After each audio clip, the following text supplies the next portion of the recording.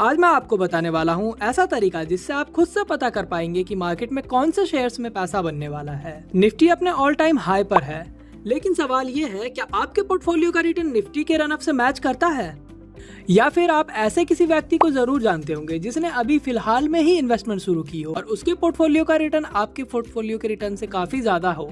आखिर इसके पीछे क्या रीजन है? रिटेल इन्वेस्टर्स, आपके और मेरे जैसे लोग बस फंडामेंटली अच्छी कंपनीज में इन्वेस्ट कर देते हैं और उसके बाद रिटर्न्स का वेट करते रहते हैं और उसके बाद बस ये सोचते रहते हैं कि जिन शेयर्स में हम इन्वेस्ट करते हैं बस वही नहीं बढ़ते, बाकी सब बढ़ते रहते हैं। ओवरऑल निफ्टी तो रिकॉर्ड हाई पे होता है, लेकिन उनके पोर्टफोलियो का रिटर्न कुछ खास परफॉर्म नहीं कर रहा होता और आपके पोर्टफोलियो में रिटर्न नहीं बनने का सिर्फ एक ही रीजन है और वो है आपका राइट टाइम पे राइट सेक्टर में नहीं होना। सारी कंपनीज के शेयर्स एक बार में नहीं बढ़ते, मार्केट में सेक्टर रोटेशन होता रहता है।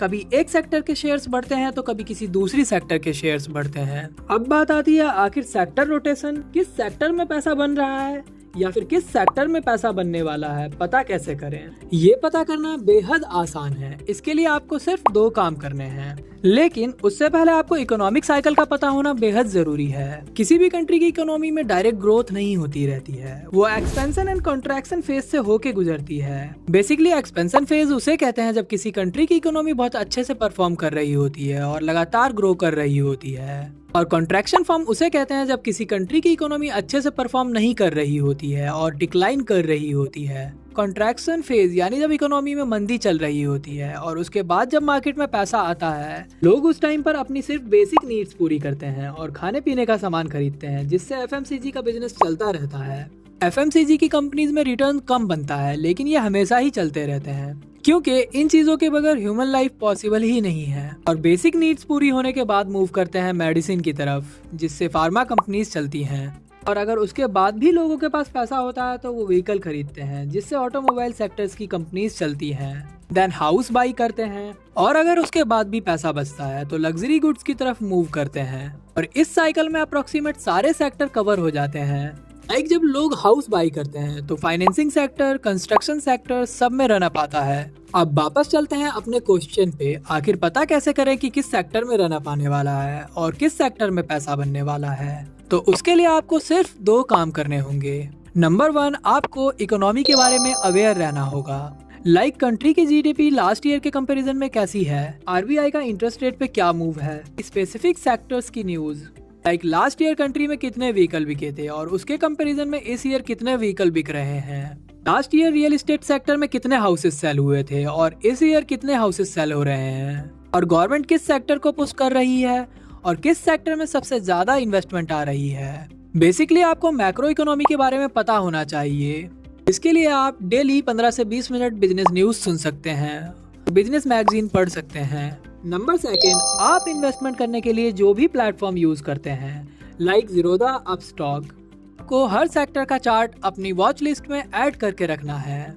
Construction, IT, energy, pharma etcetera. आपको हर 15 से 20 दिन में इन सेक्टर्स के चार्ट को रिव्यू करते रहना है।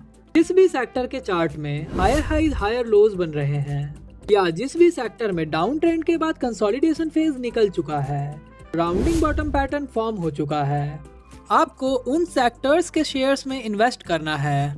जैसा कि सब जानते हैं, गवर्नमेंट से मिलने वाला ईवी को पुश, ईवी की सेल्स इंडिया में लास्ट ईयर के कंपैरिजन में ऑलमोस्ट डबल हो गई है। अब हम ऑटोमोबाइल सेक्टर का चार्ट देखते हैं तो उसमें हायर हाइज हायर लोज बन रहे हैं, निफ्टी के बिल्कुल सिमिलर है। बात करें एनर्जी एंड पावर सेक्टर की तो इस सेक्टर को भी गवर्नमेंट से काफी अच्छा पुश मिल रहा है। बड़ी बड़ी कंपनीज लाइक अडानी, टाटा काफी बड़ी बड़ी इन्वेस्टमेंट्स कर रही हैं।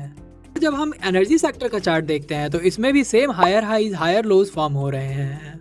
जब हम आईटी सेक्टर का चार्ट देखते हैं तो इसमें rounding bottom pattern completely form हो चुका है।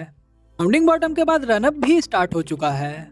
इसका मतलब यह है आप ऑटोमोबाइल, एनर्जी, आईटी के किसी भी अच्छी फंडामेंटल वाली कंपनीज के स्टॉक में इन्वेस्ट कर सकते हैं और इन सेक्टर्स में 6 महीने से 1 साल में काफी अच्छे रिटर्न्स बनेंगे।